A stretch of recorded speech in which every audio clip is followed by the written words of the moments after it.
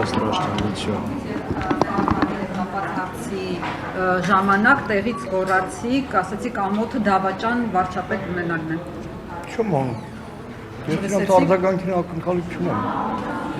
Իմ կարծիքը բարձրագույն ասացի, ոնց որ միշտ էլ ասել եմ։ Պարոն Մանուկյան, դա ԱԺ կանոնակարգ օրենքի խախտում է, ավելի ճիշտ բարեվարկության նորմերի խախտում է, թե՞ Այդ բարեվարկության նորմերը գիտեք գողական պրագոնա, որ հիմա բոլորս ընդ ձեռքերս դնում ենք սեղանին նստում։ Չէ, եթե բարեվարկության նորմ չկա։ Բայց եթե օրինակ Նիկոլ Այդ բարեվարկությունը մանկապարտեզում են սովորեցնում։ Մանկապարտեզում են սովորեցնում բարեկրթություն, բարեվարկություն։ Հետո մարդիկ քիչ-քիչ այդ բարեվարկություն կամ ունենում են կամ չի ունենում։ Պիղծ վեհափառ որ կոչվեց։ Եթե բան է, չեմ ուզում նորից կրկնվի այդ արտահայտությունը, պղծությունը տեսել ենք, էլի ոնց է իրացվում։ Պարոն Մանուկյան, ըստ էության Նիկոլ Փաշինյանը ուղիղ տեքստով ասաց, որ դուք պատերազմ եք բերելու Հայաստանի Հանրապետության գլխին, եթե Տիգրանաշենի համար պայքար մղեք, որովհետև ասում ես ասում եմ քյարքի, որովհետև ադրբեջանական անվանումը այդպես է։ Նիկոլ Փաշինյանը այսօր հերթական անգամ ՍՏ Այդ քրոնիկ սուտասանի դեպքում զարմանալի չի։ Հայտարարեց, որ սահմանագծումը իրականացվում է 1974-79 թվականների գլխավոր շտաբի քարտեզի հիման վրա։ Հարգելիներս, հենց հիմա ԱԳՆ-ի կայքը բացեք, Հայաստան-Ադրբեջան նախաստորագրված համաձայնությունը բացեք, տեսեք այնտեղ կա հիշատակում, չկա,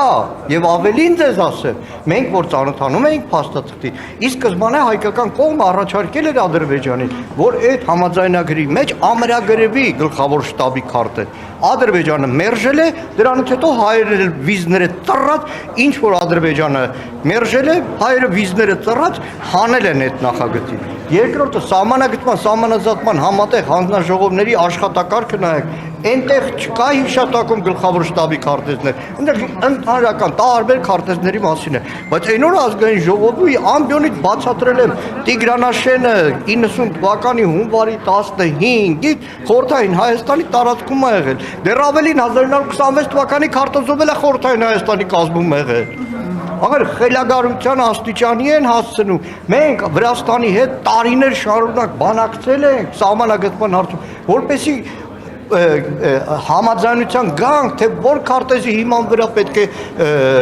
սահմանագծում, սահմանազատումը տեղի ունենա։ Բայց պայքարելու եք, որ Տիգրանաշենը չտան, հիմա ուզում ենք հասկանանք, պայքարելու եք, թե չէ։ Կարծում եմ Հայաստանի Հանրապետության ցանկացած մետր քառակուսիով պայքարը բոլոր քաղաքացիների պարտքն է, առաջին հերթին մեր պարտքն է։ Ինչ ձև, օրինակ ընդդիմությունը ինչ ձև է պայքարելու։ Խնդրում եմ, այսինքն այս մի քանի օր բանը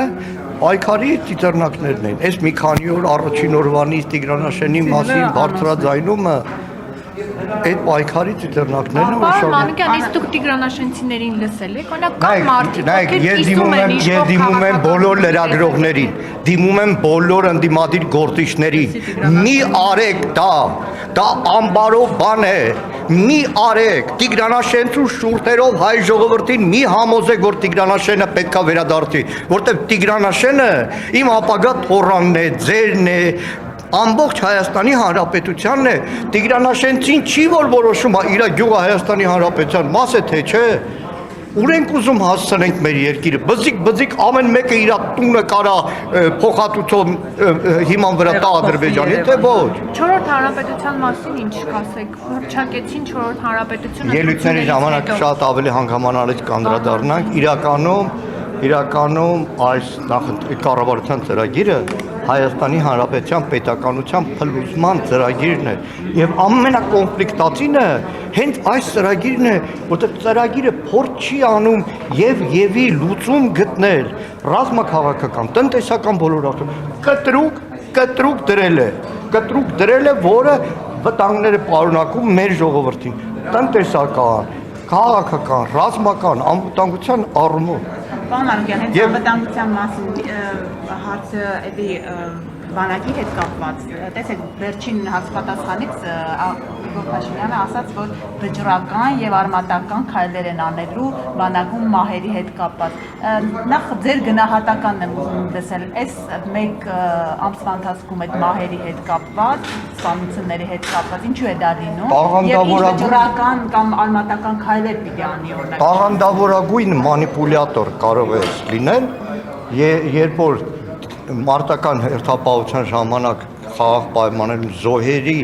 աղբյուրը համարեց խաղաղությունը։ Այսինքն այլ բառ չկա։ Իմ ելույթ հիմնականում նվիրվելու է բանակին, վճռական քայլեր շատ վաղուց պետք է արվեր։ 8 տարի այդ քայլերը որ չեն արել, հիմա այդ ամբողջը գերլարված պայթուն է առաջացնում։ Մի բան ասեմ։ Ես սնոտեապաշ չեմ, բայց տեսեք, այս դեպքերը իրար հաջորդ շարունակում են մեծ ծավալ ստացան բանակից գնդերեցների ինստիտուտի վերացումից հետո եւ իրականում ասեմ ձեզ բանակում բազմաթիվ սպաների ոչ քաղաքական հուսալի համարվող, ոչ իրենց յուրային համարվող հերացումը հանգեցրեց կադրային լուրջ խնդրի։ Այսօր մեր զինված ուժերի կադրային համալրվածության գնդերեցների նստոր ասից որ Ունես չի որ փակել ենք։ Չէ, իրականում չէ, որովհետև այն ինչ որ իրենք կոչում են գնդերեցներ, ընդհանրապես գնդերեցներ։ Իր ելույթում հետ կապված որպես հարցով մարեմ էլի կլինի։ Լավ, պատասխանեք Ռուզանի հարցին։ Արդյոք քրեական ենթամշակույթի հետ կապված այդ որ Փաշինյանը միշտ ասում է, դա է պատճառը, որ բանակում ամեն դեպքում սպանությունները, պարբերականությունը չի դադարում։ Իրականում տեսեք, շատ տարբեր հանգամանքներ կան, բայց այս իշխանությունը նախկինների ժամանակվա գործելավոճը որդեգրելով փորձում է ամեն ինչ որ տեղի է ունենում բանակում համարել հասարակության հայելը։ Դեռ Սերյան Օհանյանը 13 թվականին պաշտպանության նախարար արգելել է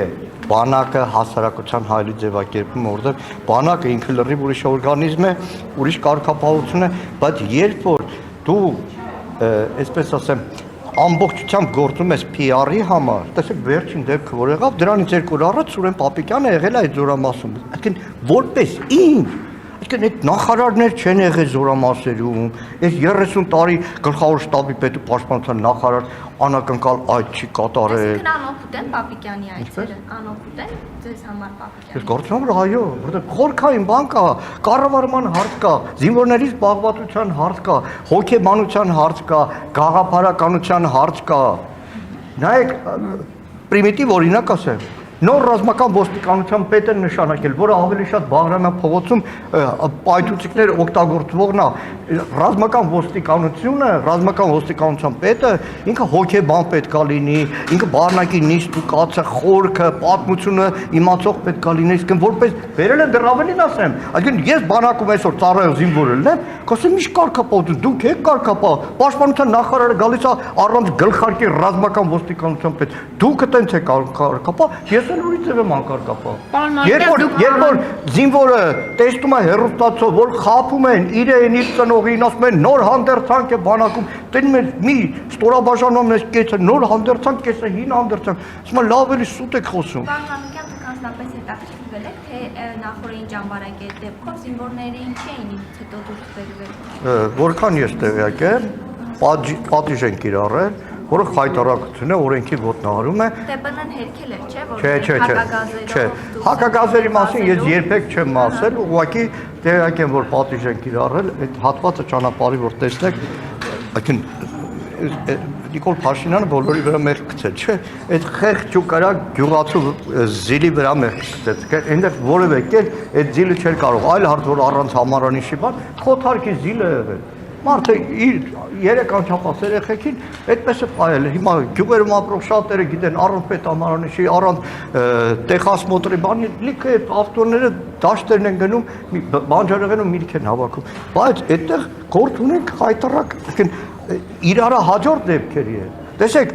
երկրորդ բանակային կորպուս, Իջևանի զորամաս, մի քանի դեպքեր են եղել, որևէ պաշտոնակության մասին լսել եք։ Չէ։ Հիմա դուք եք պահանջում Սուրեն Պապիկյանի հրաժարականը։ Ես պահանջում եմ Նիկոլ Փաշինյանի հրաժարականը։ Նայեք, չի կա։ Այսինքն Պապիկյանն էլ որ հելնի խնդիրը չի լուծվի։ Նայեք, ես ախր ինստիտուցիոնալ հիշողությունը լավ բան է։ 20 թվականի հունվարին մի քանի դեպք ա եղել։ Հիմնականում Հայաստանի Հանրապետության զինված ուժերում։ Բայց քանի որ Facebook-յան ազդեցությունով է սրանք ու PR-ով է, իրանք մենակ աթոռն է դա։ Արցախի Հանրապետության Պաշտպանության բանակի հրամանատար Կարեն Աբրամյանի, որը 1 տարի էր նշանակված էր։ 1 տարին Պաշտպանության բանակի հրամանատարը շատ քիչ ժամանակ է։ Պաշտոնազրկեցի, Պաշտոնազրկեցին, տեղակալներին պաշտոնազրկեցին 20 թվականի հունվար եւ նոր հրամանատարություն եկավ, որը մինչեւ 44 օրյա պատերազմ դեռ չէր հասցրել ամբողջ առաջնագծի դիրքերով գնալ։ Այսինքն իրենց ամբողջ ուշք ու միտքը PR-ն է։ Իսկ այդ հայերենի բանի հետ կապված պաշտպանության նախարարությանը առաջարկ ներկայացրել են, բայց հրապարակային չեն։ Ազատել աշխատանքից Մելիքսեթ Պողոսյանին, Ռազմիկ Պետրոսյանին ինչպես եք գնահատում։ Չի էլ հետաքրքրում, այսինքն ինչ էին խորհուրդ տալիս, որ հիմա էլ ինչ անեն։ Բայց այստեղ կրկնում Կամո Վարդանյանի մասով էլ եք նույն տեսակետին պաշտպանության բանակի վերջին հաշվի առնելով, որ Կամո Վարդանյանը երկար տարիներ նաև ծառայել է եղբորս հետ, զրկմանում նրա մասին որը բառ ասել։ Պարոն Մանուկյան, իսկ ինչ կասեք Փաշինյանի ելույթի այն հատվածի մասին, երբ ասաց, որ թվարկելով այսպես խնդիրները, ասաց անհետ կորածներից, գերիների խնդրից անդին ավելի կարևոր է սոցիալ-հոգեբանական հարցը լուծել Ադրբեջանի հետ։ Ուղղակի եթերում ենք, բարեգործությունը թույլ չի տալիս։ Պարոն Մանուկյան, ներողություն մեկ հարց եւս էլի, բայց ճիշտ է զինվորներին պատժել զորամասի։ Կանոնադրի խախտումներ կան, այնտեղ նույնիսկ եթե վազեցրել են ուղեկցող համակարգ կա, ցերեկային ժամանակ դրոշ, գիշերային ժամերին հատուկ լուսավորության համակարգ։ Ով պետք է պատասխանատվություն կրի դրա համար։ Գլխավոր շտաբի, բայց ամենավերևը Նիկոլը, որտեղ ամբողջ բանակը դարձրել է իր խաղաղություն կոչված ցնորամտության գործի։ Որ զինվորականի տեսքով կարևոր խաղաղությունն է։ Շնորհակալ եմ։